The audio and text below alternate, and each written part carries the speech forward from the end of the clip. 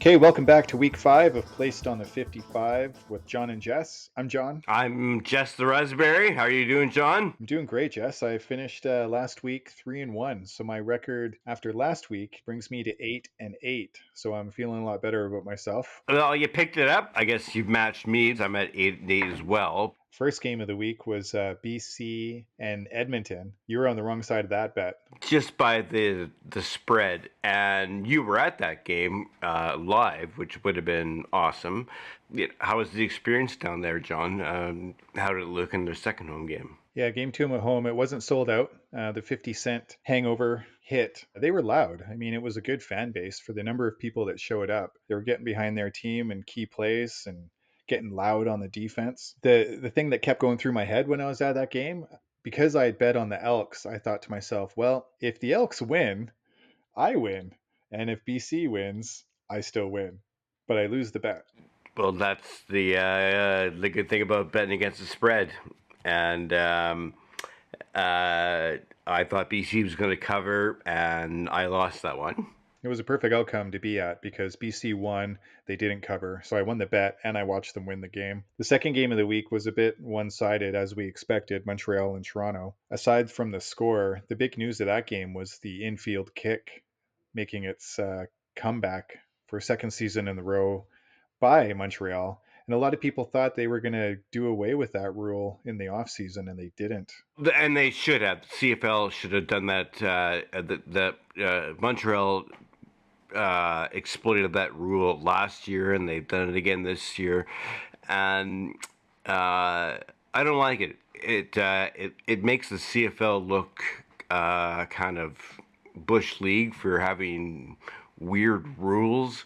It's one thing to have the rouge, or a point after a missed field goal and so forth, but to have a team advance to a new, fresh set of downs over a stupid little 1 yard kick, it just doesn't look right. I don't like it. And the CFL should have gotten rid of it last summer, and it would behoove them if they should do it this summer. Yeah, I mean, a team could be third and 30, and as long as they kick their little dribble kick 1 yard past the line of scrimmage, it's a new set of downs. It's a gutsy call. I mean, it does require a lot of skill to make that play.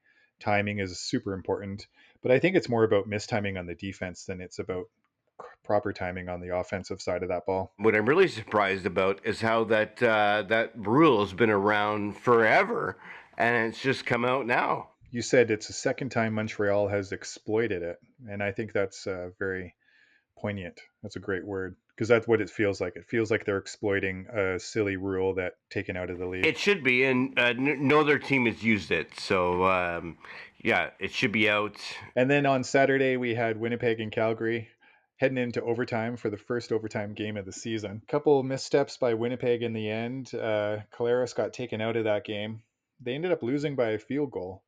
And with that one, I came out with the win. That was my third win of the weekend, and then you lost that one. That's tough.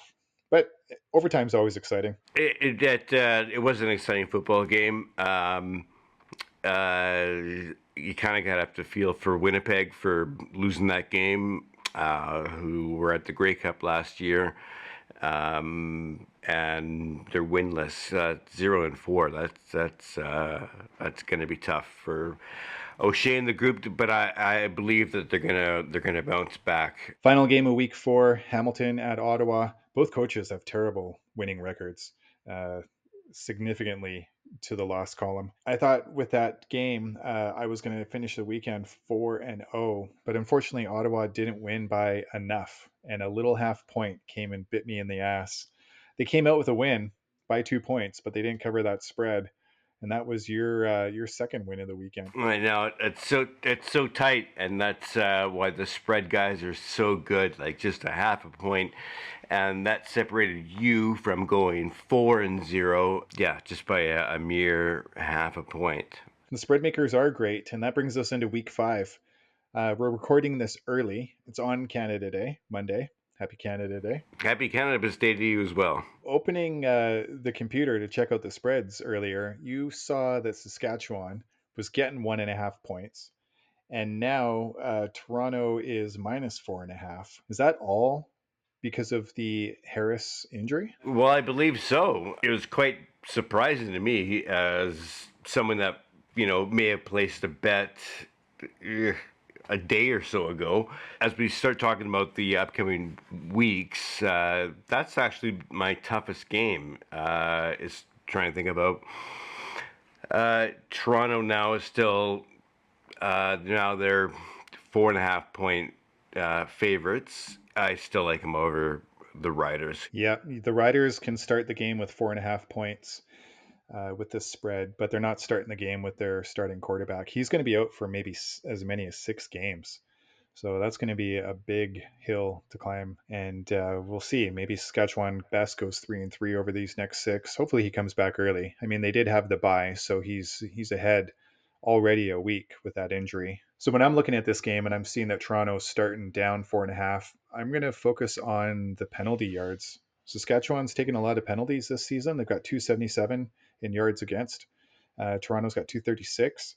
So if you're going to take away the Riders' starting quarterback from this game and they're coming into it with more penalties, I'm going to put my money on Toronto and agree that they're going to win by more than 4.5.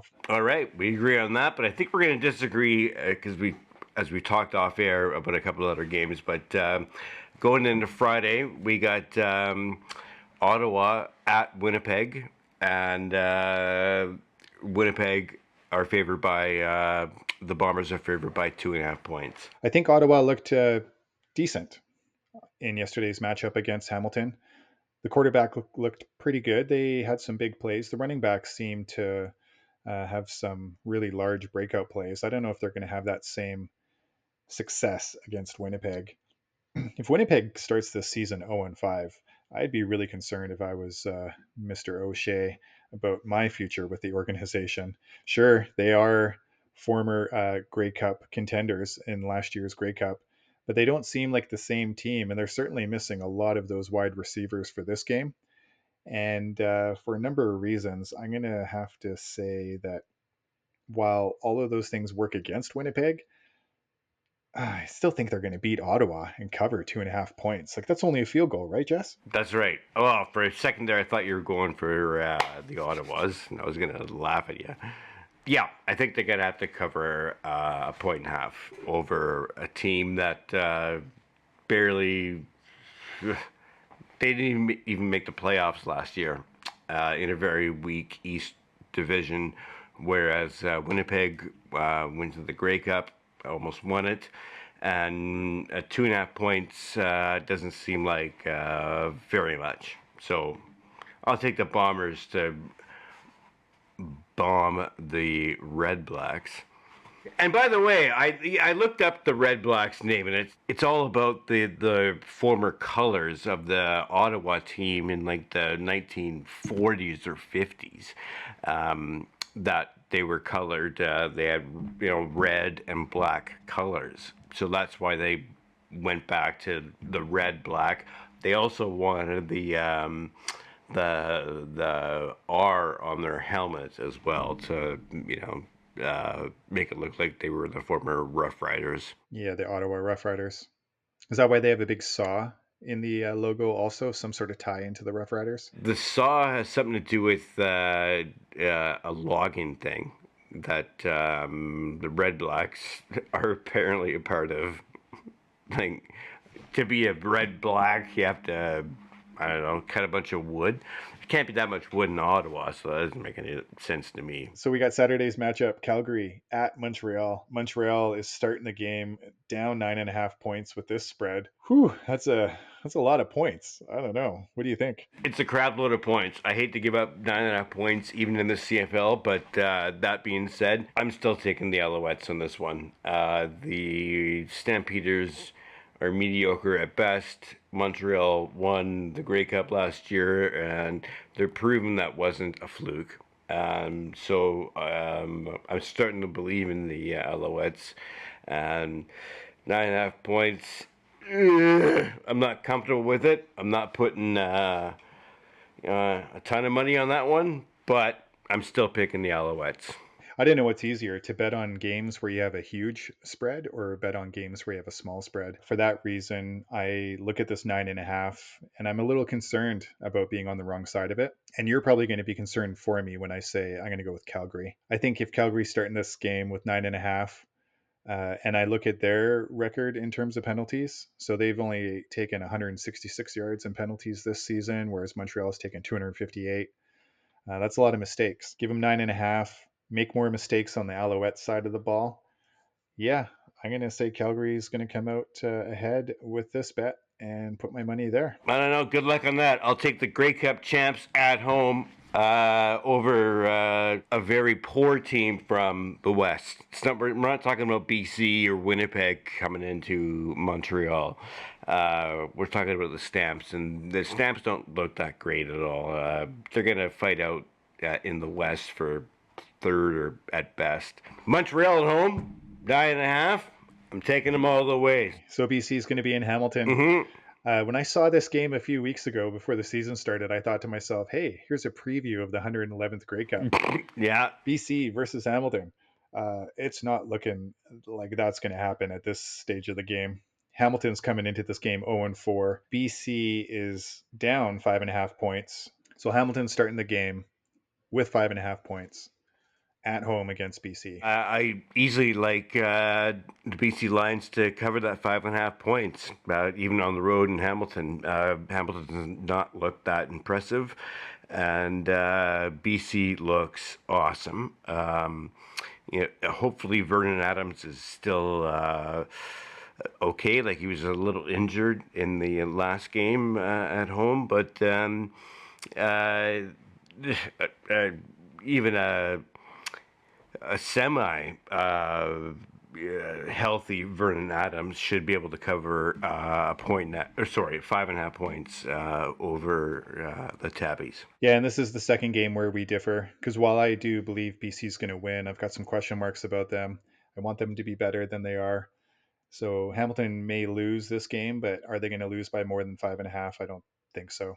So I'm going to say Hamilton's going to come out ahead. Put my money on them. Wow. You bet on the Tabbies again. Unbelievable. I know. Every bet on the Tabbies this season, I have come up on the wrong side. You want to make a side bet? Do I go 0-5 on my bets with the Tabbies this year? Sure, I'll take that. Yeah. Well, you've already lost 4 of them, so why wouldn't you lose one more? 50-50 odds, Jess. And did you check out this Grey Cup sweater that I'm wearing from the year 2000 when the BC Lions beat the Montreal Alouettes 28-26 in Calgary at McMahon Stadium. Damon Allen was the quarterback for the Lions. Louis Bisaglia kicked a couple of field goals. And the Canadian Robert Drummond was the most valuable player of the game, the running back for the Lions at the time. That's an awesome shirt. I love it. 24 years ago. Yeah. 88th Grey Cup. Can you believe this shirt is 24 years old? I know. It's in great shape. Yeah. Hardly any stains on it.